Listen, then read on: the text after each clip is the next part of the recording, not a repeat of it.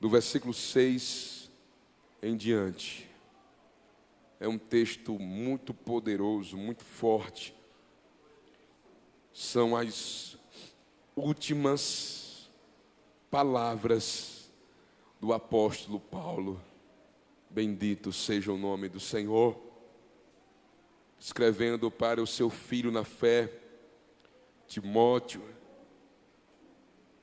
ele sabendo que sua vida estava com dias contados e que ele ia deixar essa vida, ia partir para a eternidade para estar com Deus. Uma vez o apóstolo Paulo, ele estava numa dúvida muito grande. Vem a dúvida do homem. Ele diz: não sei se eu fico vivo ou se eu morro.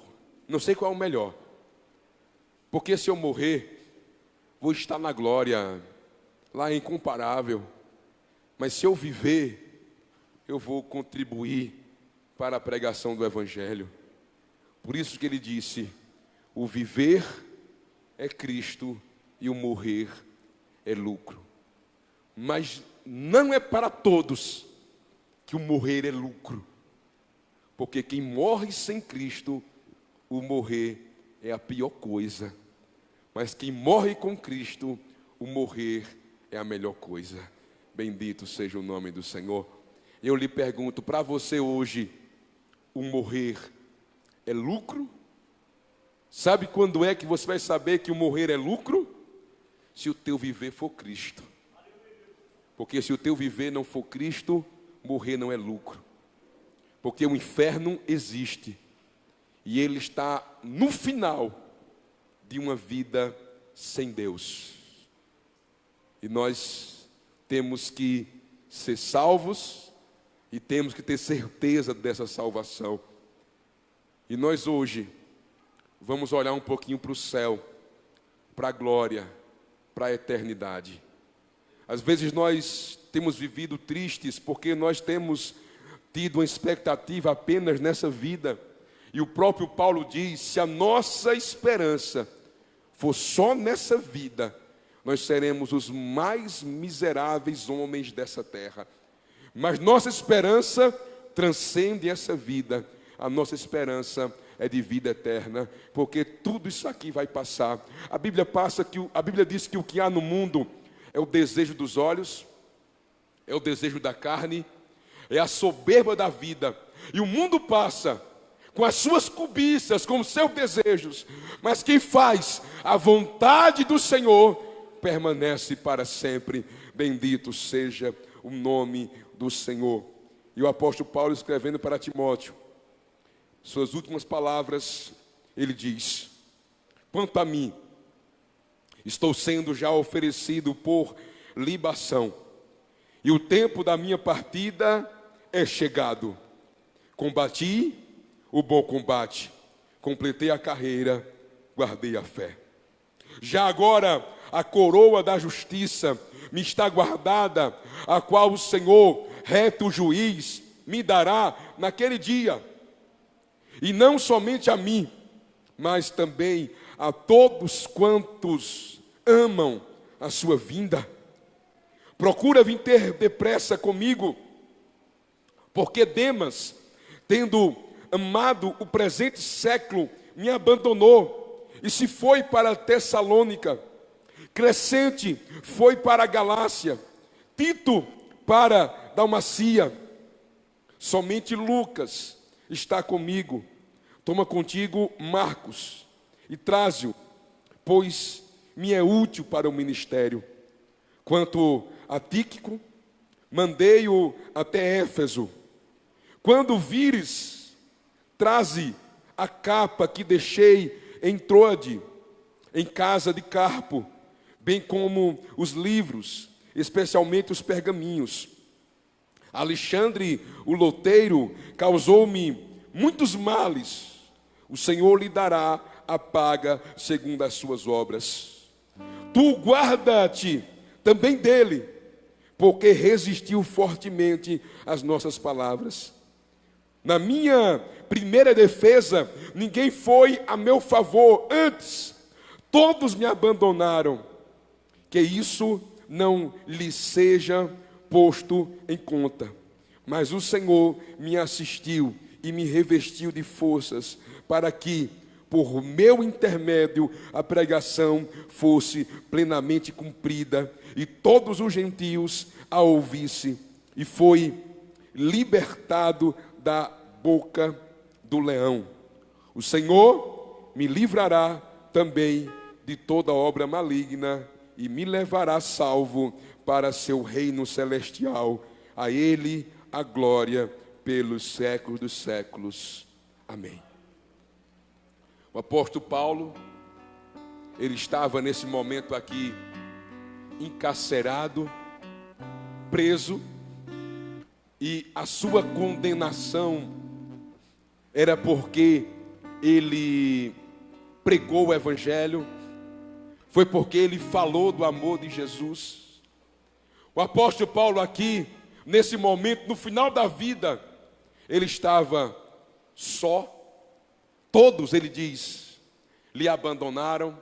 O apóstolo Paulo aqui, ele precisava de roupa, porque ele pede que Timóteo leve a capa, leve os livros, leve especialmente o pergaminho. Ele estava sofrendo, estava sendo perseguido por o amor ao evangelho. Esse foi o final da vida de Paulo. Depois de algum tempo, ele sofre o martírio, ele tem sua cabeça decepada, e ali, ele, como ele disse, Deus o recebe a salvo e o leva para o seu reino celestial. O apóstolo Paulo, um homem que foi um terror no seu começo, ainda usando o nome judaico dele, Saulo. Ele nasce na cidade de Tarso, judeu de judeus, filho de judeu. Na lei ele era impecável. Ele aprendeu aos pés de Gamaliel, grande fariseu, grande rabino daquela época. Ele foi, desde pequeno, treinado para ser quem ele se tornou. Ele se tornou um dos maiores fariseus. Ele foi um poliglota, sabia falar muitas línguas, versado no conhecimento, mas ele se tornou um dos maiores, ou o maior perseguidor da igreja na sua época.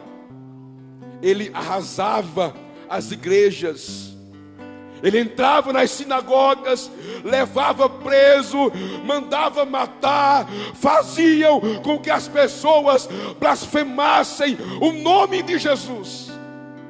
E tudo isso Saulo de Tarso, ele fazia pensando que estava fazendo certo e servindo a Deus, porque ele era um judeu, ele era um rabi, um mestre, era um fariseu. E tudo que ele fazia contra os cristãos, que eram chamados de o caminho, tudo que eles faziam com aqueles que eram do caminho, ele fazia pensando que estava agradando a Deus, que estava adorando a Deus, que estava servindo a Deus. Mas a Bíblia diz que certo dia ele estava em caminho a Damasco, para pegar cartas, para prender todos aqueles que invocavam o nome de Jesus. Isso ao meio-dia, a Bíblia não diz, mas cremos que ele estava, por ser um homem tão importante, sentado no seu cavalo, com a sua comitiva. E a Bíblia diz que no caminho de Damasco, para ele brilha uma luz, que brilhava mais do que o sol. Se você acender qualquer luz no sol, a luz não tem efeito, porque o sol é a luz mais brilhante que existe. Mas ali brilhou uma luz mais brilhante do que o sol, que era a luz de Jesus. E essa luz um dia brilhou na minha vida e na tua vida. Brilhou ou não brilhou? a luz do Senhor. E nós que estávamos ao meio-dia, mas estávamos em trevas, vimos resplandecente luz que veio sobre nós. E quando essa luz veio sobre nós, nos sentimos como Isaías e dizemos: como eu estou sujo, ai de mim que sou pecador. Porque diante dessa luz, desse holofote que é Jesus, nós vemos quão pecadores, quão distante nós estamos do nosso Deus. E essa luz brilha, e Saulo cai, e ele ouve uma voz que diz: Saulo, Saulo, por que tu me persegues? Saulo perseguia os cristãos, mas quem persegue os cristãos, persegue o próprio Cristo. Porque quem persegue a igreja, persegue o dono da igreja, que é Jesus. E Jesus não precisa que eu defenda Ele, que eu defenda a igreja, porque quem defende a igreja, quem defende Ele, quem nos defende é o próprio Jesus de Nazaré. E ele tem coragem ainda de indagar, e ele pergunta: quem és tu, Senhor? E ele diz: eu sou Jesus a quem tu persegues. Meu Deus, desmoronou não apenas Paulo, não apenas seu corpo, mas desmorona ali tudo que Paulo aprendeu desde a sua terra infância aos pés de Gamaliel. Tudo que Paulo tinha, tudo que Saulo tinha, todo o seu ensino de fariseu, todo o seu conhecimento dos profetas, da lei, dos salmos, para ele não valeu mais nada, porque ele viu que ele estava no caminho errado, que apesar dele pensar que estava fazendo para Deus, ele estava sendo inimigo de Deus. E todos nós um dia fomos inimigos de Deus. Todos nós andamos em trevas um dia. Você pode estar aqui hoje, você pode estar me ouvindo pela rede social e você dizer: eu tenho andado em trevas. Mas eu quero dizer a você, querido, a luz quer resplandecer na tua vida. E essa luz se chama Jesus de Nazaré. Bendito seja o nome do Senhor. Ele quer iluminar a tua vida, iluminar o teu caminho, iluminar o teu coração. E a Bíblia diz que os demais que estavam com ele não viram a luz, apenas ouviram a voz. E naquele momento Saulo ficou cego e foi levado. Saulo estava sem ver, sua visão natural e humana, por conta daquela luz, ficou cego.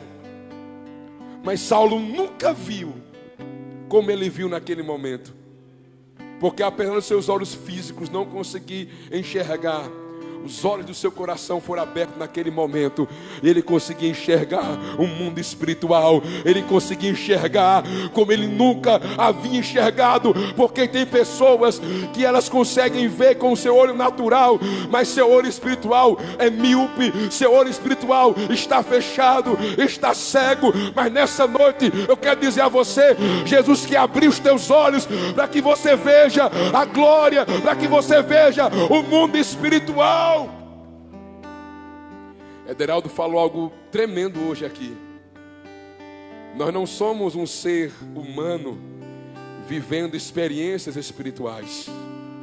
Nós somos um ser espiritual vivendo experiências humanas. E quando os olhos espirituais, o entendimento espiritual se abre, querido, é igual alguém que era cego e voltou a enxergar, alguém que era surdo começou a ouvir, alguém que não tinha entendimento, o entendimento abriu, e Ele fez isso comigo e com você. Bendito seja o nome do Senhor. Você hoje consegue ver, você consegue ouvir, você consegue entender, porque antigamente nós não conseguimos entender aquilo que era espiritual. Ederaldo falou aqui bem hoje, porque as coisas espirituais se discernem, são conhecidas espiritualmente, meu irmão, e o o homem carnal não consegue discernir, não consegue entender. Se você está na carne, você não consegue entender o que está acontecendo na tua vida, porque quem manda na tua vida não é a terra, não é a carne, não é aqui embaixo, é o espiritual. O céu governa.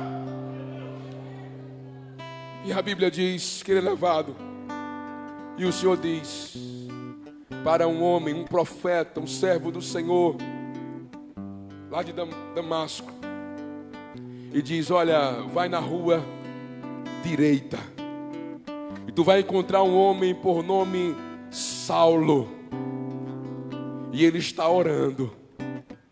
E Ananias diz, retruca o Senhor: Senhor, há muito tenho ouvido falar desse, e como tem assolado as igrejas, perseguido o povo de Deus, e para aqui trouxe cartas para prender os que invocam o teu nome. Aí o Senhor diz: eu sei disso, meu filho, mas para mim ele é instrumento. Bendito seja o nome do Senhor, e eu vou mostrar a ele o quanto se deve sofrer em favor do reino. Ananias encontra ele mesmo tem uma visão de que Ananias ia chegar lá. Ananias ora por ele, e a Bíblia diz que cai escama dos seus olhos, e ele volta a enxergar. Ele é batizado, e agora aquele que perseguia é perseguido. Agora aquele que um dia, quando matavam o primeiro mártir da igreja, o diácono Estevão, ele ainda era jovem, Saulo, mas ele concordava, e ele segurou as roupas dos que apedrejavam Estevão. E agora ele estava no outro lado. Agora ele era um cristão. Agora ele era um servo de Deus. Um homem que era um terror tão grande, meu irmão. Era um terror tão grande, Paulo, que Deus não usou ninguém para pregar para ele. Mas Deus já vinha trabalhando há muito em seu coração, porque ele viu muitos cristãos sendo mortos e não negando Jesus. Ele viu muitos cristãos sendo presos e não perdendo a alegria e a fé no Jesus a quem ele servia. E com certeza aquilo deve ter movido o seu coração. E Deus estava trabalhando na sua vida, e o próprio Deus foi que pregou para ele. O próprio Jesus foi que o chamou. E Deus ainda faz isso, irmãos. Amém? Eu já orei, e às vezes eu oro, eu digo: Deus, onde eu não puder chegar, Senhor, que as pessoas venham sonhar conosco, que as pessoas venham sonhar com essa igreja, que as pessoas venham sonhar. E esses dias nós estávamos entregando as cestas básicas ali no Parque Fênix, e um rapaz nos chamou, não foi, Edson? Eu quero falar com o pastor. E eu fui lá na sua casa, entrei, ele, sua esposa, uma criança, e ele disse: olha, eu tive um sonho. Quem é o pastor? Ele perguntou, acho que ele nem sabia direito quem era. E ele disse: eu tive um sonho. Eu sonhei que eu estava numa lama, coisas sujas. Minha esposa me levantava e me levava em um lugar. E ali eu era banhado, tomava um banho, derramava água em mim. E eu aparecia para ele e dizia: o nome dessa igreja é Jardim das Oliveiras. Louvado seja o nome do Senhor. Deus está fazendo o povo sonhar com esse lugar, porque multidões vão vir para aqui. Existem lugares tão fechados para o evangelho que ninguém prega. Para os muçulmanos, sabe o que está acontecendo, irmãos? Os muçulmanos estão sonhando com Jesus e estão se convertendo a Ele. Bendito seja o nome do Senhor. Aonde eu e você não pode chegar, o Espírito Santo pode chegar. Pode ou não pode, meu irmão? O que eu e você não pode fazer, o Espírito Santo faz, que é convencer o homem de pecado, de justiça e de juízo. E Ele tem feito isso, porque a obra é dEle. Saulo recebe o Espírito Santo, as escamas caem, e ele é batizado. E agora confunde a muitos pregando o Evangelho, falando que Jesus é único e Senhor e Salvador. E ele se levanta num poder, numa graça tão grande, e ele começa a ser enviado a implantar igrejas, ou ele se torna o maior pregador, o maior pastor, o maior missionário, o maior evangelista que já pisou nessa terra. Foi Paulo. Ele deixa o nome Saulo, o nome judeu, que é Saul, e ele começa a usar o nome romano, Paulo, porque ele nasceu, e quem mandava eram os romanos naquela época. Ele era judeu de nascimento, e também era romano, segundo a lei, e ele é um homem que separa o cristianismo do judaísmo. Ele foi um homem que resiste a Pedro. Pedro, quando estava com os gentios, era igual um gentio. Aí quando os judeus chegaram, Pedro ficou com vergonha e começou a ser novamente um judeu, a fazer os rituais judaicos. E Paulo resiste em sua face. Paulo foi esse homem, um homem que entregou sua vida para o Evangelho, um homem que disse que teve revelações tão grandes que ele não podia contar. Ele disse que foi até o terceiro céu e viu coisas inefáveis que ao homem não podia contar. Ele foi um homem que trouxe as doutrinas para a igreja do Senhor. Um homem que foi perseguido, que certa feita ele foi chicoteado, juntamente com o seu companheiro Silas.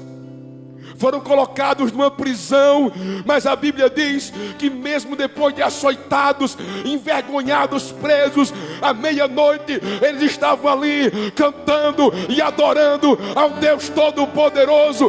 E o louvor foi tão forte que houve um terremoto naquele presídio. E quando houve um terremoto, o carcereiro, vendo aquilo, pegou a espada, pensando que o povo tinha, os prisioneiros tinham saído e ele ia se matar. Aí Paulo diz: não faça isso, estamos todos vivos, crê no Senhor Jesus, será salvo tu e a tua casa. O carcereiro creu, e naquela noite ele e sua casa foram batizados.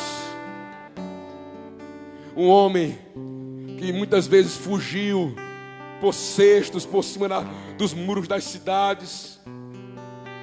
Um homem que certa feita foi apedrejado, ao ponto de pensarem que ele estava morto.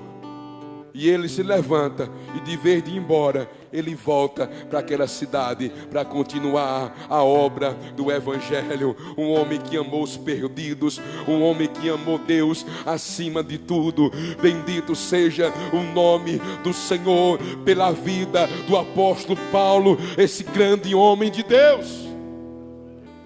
Mas ele envelheceu, foi preso, passou por naufrágio, ali preso, sendo levado para o presídio, para o cárcere. Ele envelheceu, foi preso, e ali no cárcere ele escreve para Timóteo, e acompanhe comigo aqui no versículo 6 em diante. Ele diz: quanto a mim, estou sendo já oferecido por libação, o tempo da minha partida é chegada. Eu vou morrer, eu já sei que faltam poucos dias, meu tempo é chegado. A palavra aqui, partida, tem o sentido de soltar as cordas, ou seja, é um barco, é um navio, que as cordas são soltadas do cais, e ele vai navegando. Ele está dizendo isso: as cordas vão ser soltadas e eu vou navegar para a glória, navegar para a eternidade. Que tremendo isso, irmãos. Eu estou indo para a eternidade, eu estou indo para a glória. Nossos dias são passageiros, amados. Nós estamos aqui hoje, mas não sabemos amanhã. Estamos numa fila invisível para a morte. Cada um aqui tem uma senha. Pode ser que diga hoje, amanhã 20, e 20 ser eu, e 20 ser você, queridos. E nós iremos, para onde iremos? Iremos para a eternidade, ou iremos para a perdição eterna? Porque só há dois caminhos, duas portas, e nós é que escolhemos por qual caminho vamos andar. O caminho apertado, o caminho estreito conduz à vida. O caminho largo, espaçoso, fácil conduz à perdição. Porfiai, esforçai-vos de entrar pela porta estreita. Ele diz: estou indo embora, vou morrer. E aqui ele diz no versículo 7: combati o bom combate, completei a carreira e guardei a fé. Ele fala tudo aqui no passado. Combati, guardei a fé, completei a carreira. No versículo 8 ele diz: já agora a coroa da justiça me está guardada, o qual o Senhor, reto juiz, me dará naquele dia, não somente a mim, mas também a todos quanto amam a sua vinda. Coroa da justiça me está guardada. Naquele dia, no grande dia do Senhor, Ele vai me dar essa coroa. E essa coroa não é só para mim não, Ele diz.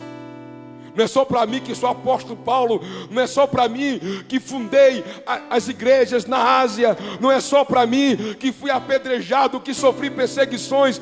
Não é só para mim que separei o cristianismo do judaísmo. Não é só para mim que fui o grande apóstolo, que doutrinei a igreja. Não é só para mim, mas é para todos quanto amam a sua vinda. É para mim. É para você, queridos. Só Jesus tem palavras de vida eterna. Vamos esquecer dessa vida um pouquinho hoje. Vamos esquecer das contas para pagar amanhã, segunda-feira, dos problemas do trabalho, do cotidiano. Vamos esquecer dos problemas dessa vida e vamos olhar um pouquinho pela lente da eternidade, meu irmão. Existe um céu, existe uma glória. A nossa vida é comparada com a flor do campo, que hoje cresce, floresce, murcha, seca, morre. Assim somos nós, amados. Nossa vida é um conto breve, é uma nuvem que logo passa.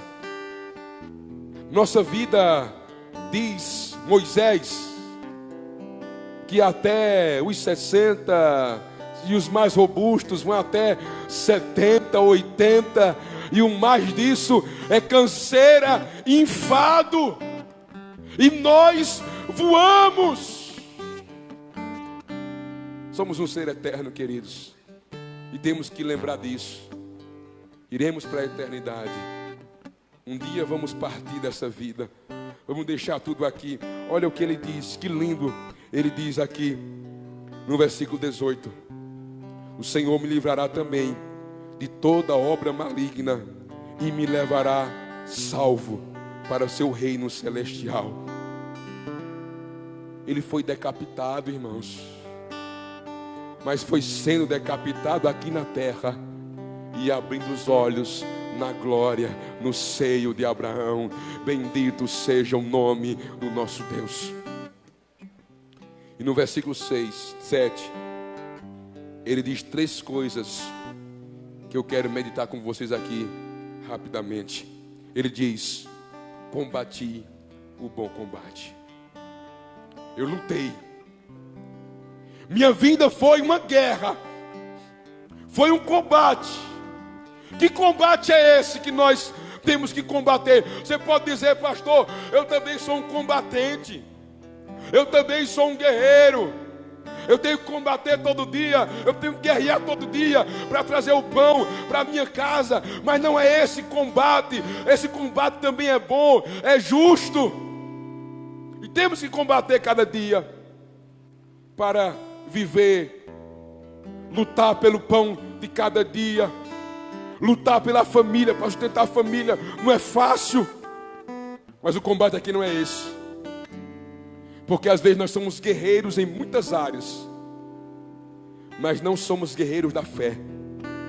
Não somos combatentes do mundo espiritual. E é o combate da fé. Você tem que combater a cada dia o combate da fé. Porque o nosso inimigo, Satanás, está ao derredor, rugindo como um leão, procurando a quem possa tragar, mas resistir-lhe firme na fé.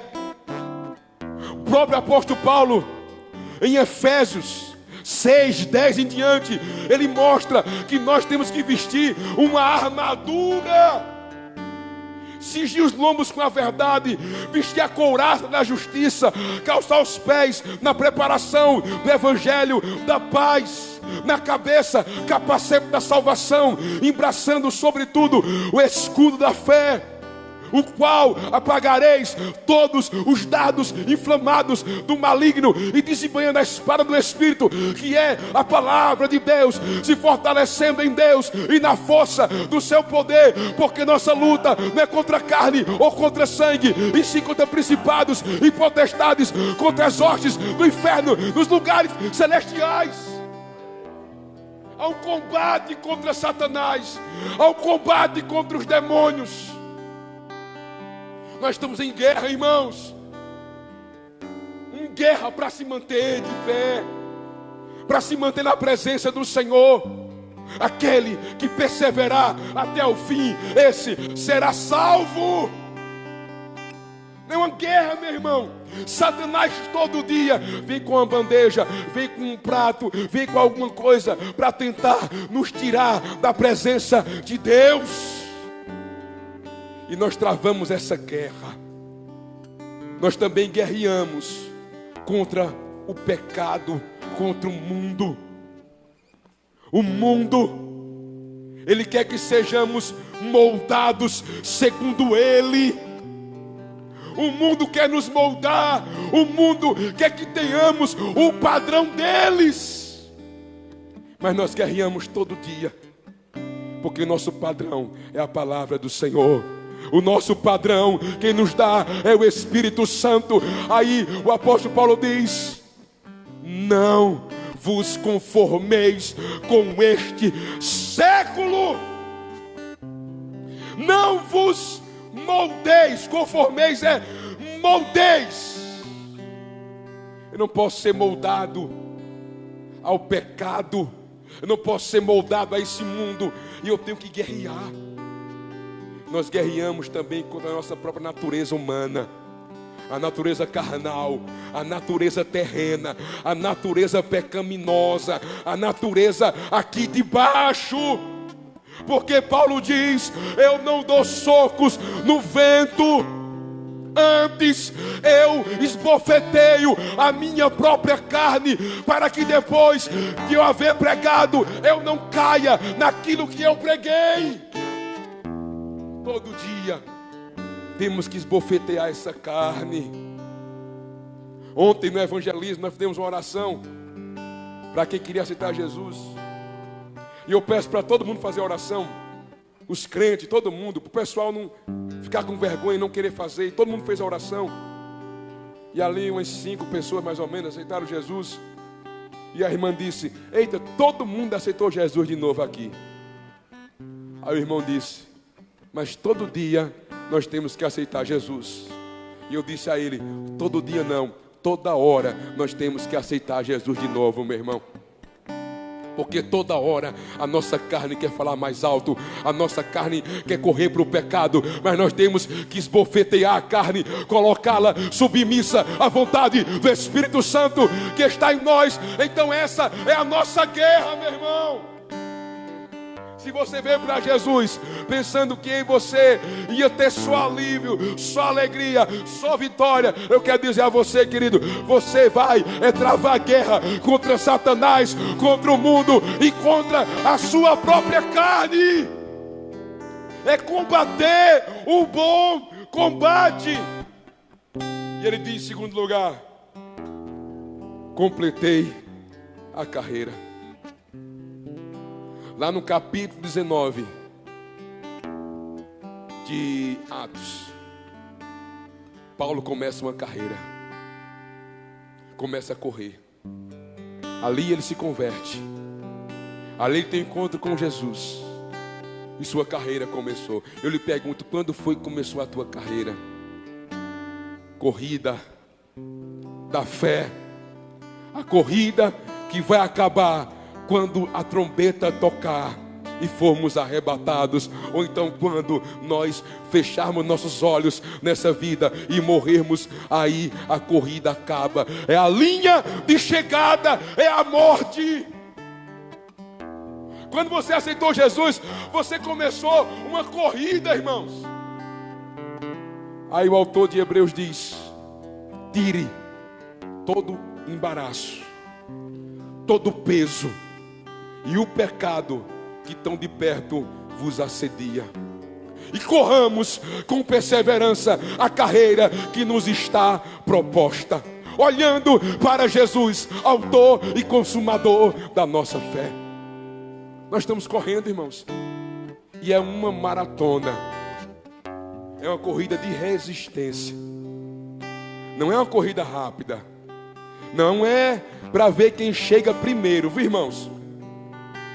Não é uma competição para ver quem chega primeiro. A competição aqui é quem resiste, é quem permanece correndo anos e anos. Quantos anos você está correndo? Em janeiro vão fazer 19 anos que eu comecei a correr. 19 anos correndo, e eu tenho corrido esses 19 anos. Eu quero correr até o final da minha vida, se Deus quiser, entrar na velhice e ainda correndo. Eu sei que um dia eu vou ter que dizer: completei a carreira. Mas eu vou dizer: eu completei a carreira, eu passei por tudo isso. Paulo estava fazendo menção do passado. Eu passei por tudo isso. A minha corrida não foi fácil, e a nossa corrida para chegarmos na eternidade não é uma corrida fácil, irmãos. Às vezes estamos subindo ladeiras, existem obstáculos, existem adversidades, mas você não pode parar de correr. Você não pode tirar férias de Jesus, de Deus. Sabia que tem pessoa que tira férias? Vou tirar férias de Deus, ficar 1 ano no mundo, ficar 2 anos no mundo. Não tire férias, não tem folga.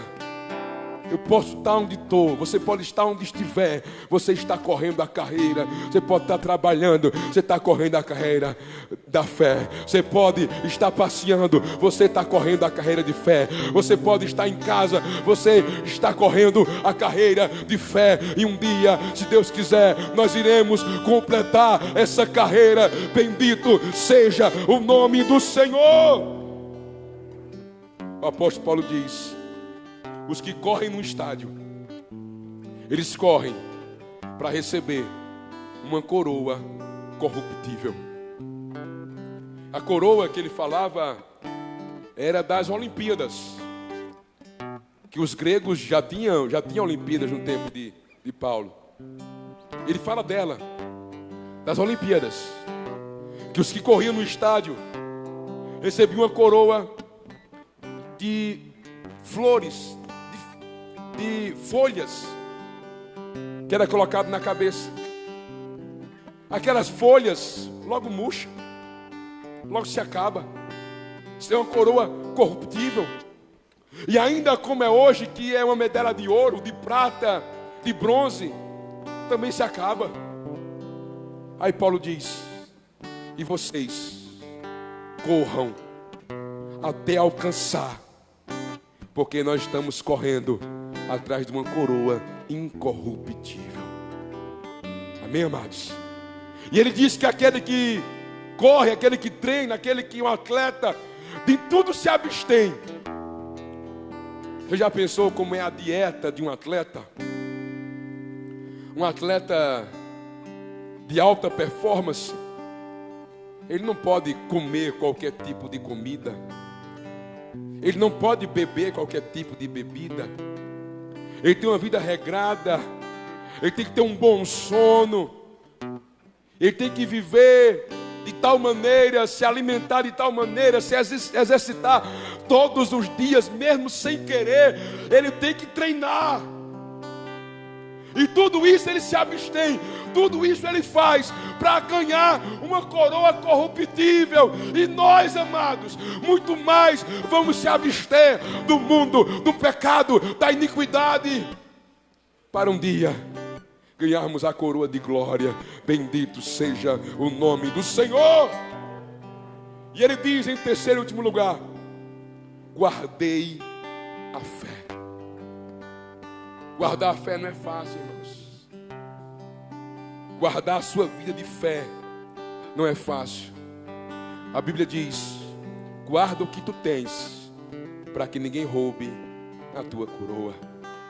Satanás, o mundo, a carne querem roubar a tua coroa. Mas guarda o que você tem. Guarde tua vida. Vigie. Vigie. Davi diz: a tua palavra eu escondi, guardada no meu coração, para não pecar contra ti. O tesouro mais precioso que nós temos é Deus em nossas vidas. E eu tenho que guardar a minha vida de fé para me manter. Eu tenho que vigiar. Às vezes nós não valorizamos as coisas de Deus como devíamos valorizar. Não guardamos e vigiamos como devíamos guardar e vigiar.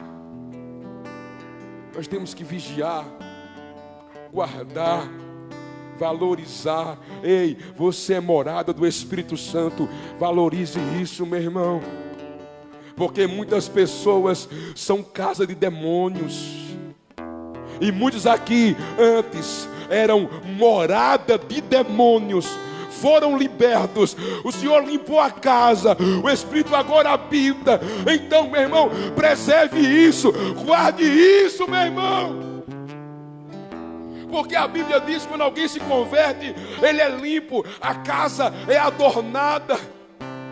Mas o demônio que saiu fica em trevas. E ele diz: voltarei para a minha casa antiga. E ele pega nas trevas 7 demônios piores do que ele, e entra na pessoa. E seu segundo estado é pior do que o primeiro. Se você se desviar, se você não guardar a fé, Satanás vai retornar para a tua vida. E o teu estado vai ser pior do que o de antigamente. Pior. Então guarda o que tu tens. Guarda a tua coroa. Guarda a fé. Vigia 24 horas por dia. Não troque Deus por nada. Não seja maligno como foi Esaú, que trocou a primogenitura por um prato de lentilhas. Quantas pessoas têm trocado Deus, o Espírito Santo, por coisas que não têm valor algum, meu irmão? Por um namoro, por uma noite de prazer, por bebidas, por amizades, por tantas coisas efêmeras. A palavra efêmera, ela é de uma árvore, de uma planta, que ela nasce e ela nem amanhece, ela morre rápido. Assim são as coisas do mundo, são efêmeras, são coisas rápidas, são coisas passageiras, meus irmãos. Não troque aquilo que é eterno por aquilo que é passageiro. A nossa carne gosta. O pecado é prazeroso, sim. Senão, ninguém ia para o pecado. O pecado é bom. Agora, querido, eu lhe mostro algo que é melhor, que é o Espírito Santo na tua vida. Presença de Deus, nome escrito no livro da vida. Então guarda a tua fé. Que um dia, meus amados e amadas irmãs, que um dia nós possamos repetir o que Paulo disse: combati o bom combate, completei a carreira e guardei a fé. Esse é o meu sonho, queridos. Vamos ficar de pé. Eu sinto a presença do Senhor muito forte aqui. E calabassurica. Aleluia. Glória a Deus. Glória a Deus.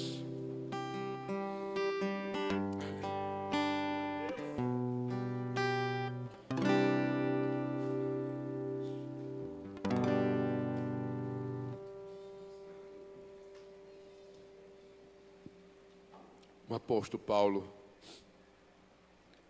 ele sabia que sua morte era iminente e que ele ia embora. E um dia, queridos, eu quero poder dizer isso ao meu Deus. Não sei se jovem, não sei se velho, mas um dia eu quero dizer isso para Deus: combati o bom combate, completei a carreira e guardei a fé. Um dia eu quero poder dizer isso para as pessoas e dizer: eu permaneço na fé. Eu estou ainda servindo ao meu Deus. Os anos passaram, as decepções, as lutas, os problemas, tudo isso aconteceu comigo, porque ele se refere ao passado. Combati, completei, guardei.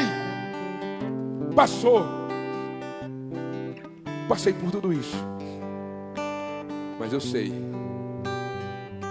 em quem eu tenho crido. Eu sei a quem eu tenho servido, porque quem é salvo tem certeza, irmão, tem essa não. Quem é crente de verdade, ele não tem medo da morte. Sabe qual é o medo que eu tenho da morte? Eu vou dizer a você, sabe qual é o medo que eu tenho da morte? Eu estava com a pressão alta esse dia, eu estava dando umas bilhouras em mim, eu estava ficando todo dia: Jesus, será que eu vou morrer agora? Combati o bom combate, Jesus. Mas graças a Deus estou me tratando, estou tomando remédio. Sabe qual é o meu medo de morrer? Não é deixar essa obra inacabada. É só porque eu tenho filhos pequenos. Eu quero criá-los. Falava com Dé. Dé teve um começo de infarto, foi Dé. E Dé disse a Deus: deixa eu criar meus filhos, Senhor. Foi isso? Acho que quem tem filho pequeno, o que pensa é isso, querido. Mas o crente verdadeiro não tem medo de morrer, não. Porque ele sabe para onde ele vai. Ele tem certeza, irmão. Se você não tem certeza disso, é porque você não é crente ainda. Você não se converteu ainda. Você não teve encontro com Jesus. Ou você está vivendo no pecado. Mas quem é crente de verdade, ele sabe. Se ele morrer agora, ele vai abrir os olhos na eternidade. Ele vai para o seio de Abraão. Oh glória! Você pode ter um dia de convertido, mas você se converteu de verdade. Você sabe: eu sei para onde eu vou. Desde o dia 7 de janeiro de 2001, eu podia morrer no dia 8. Eu sabia para onde eu estava indo. Posso morrer hoje, irmão. Eu sei para onde eu vou. Estou igual a Paulo. Temos que ser igual a Paulo. Já agora, a coroa da justiça está guardada. Paulo não disse: talvez eu seja salvo, Deus sabe se eu mereço. Não, irmão. Isso é conversa de católico. Isso é conversa de quem não conhece a Deus. Deus é que sabe, não. É você que tem que saber, meu irmão. Se você é salvo e tem certeza. O justo juiz me dará naquele dia, não somente a mim, mas também a todos que amam a sua vida. Quem ama a sua vinda se santifica. Quem ama a sua vida se consagra. Quem ama a sua vinda, vigia. Quem ama a sua vinda, vive hoje, como se eles fossem voltar ainda hoje. Se Jesus, se você soubesse, você nunca vai saber disso. Ninguém vai saber disso, meu irmão. Isso aí é uma hipótese, viu? É uma hipótese. Se você soubesse que Jesus ia voltar amanhã, de 7 horas da manhã, o que você faria? Hein? Alguém podia dizer: eu ia pedir perdão aos meus intrigados, eu ia evangelizar, eu ia ficar orando até lá. Jesus me perdoa, me perdoa. Jesus me perdoa. Uma vez fizeram essa pergunta a uma plateia e muitos deram respostas. E uma menininha perguntaram a ela, e ela disse: eu faria a mesma coisa, porque eu vivo hoje como se ele fosse voltar amanhã. Viva hoje como se ele fosse voltar amanhã, meu irmão. E um dia, nosso sonho é esse, irmãos. É um dia poder dizer isso ao nosso Deus: combati o bom combate, completei a carreira, guardei a fé. Me desculpa a palavra, queridos, mas tome vergonha na cara. Deixe de ser esse crente fajuto, esse crente carnal, esse crente mundano, esse crente morno. Se consagre, se conserte, para que você tenha certeza da sua salvação. O que está em jogo aqui, meu irmão, é vida ou morte, é céu ou inferno.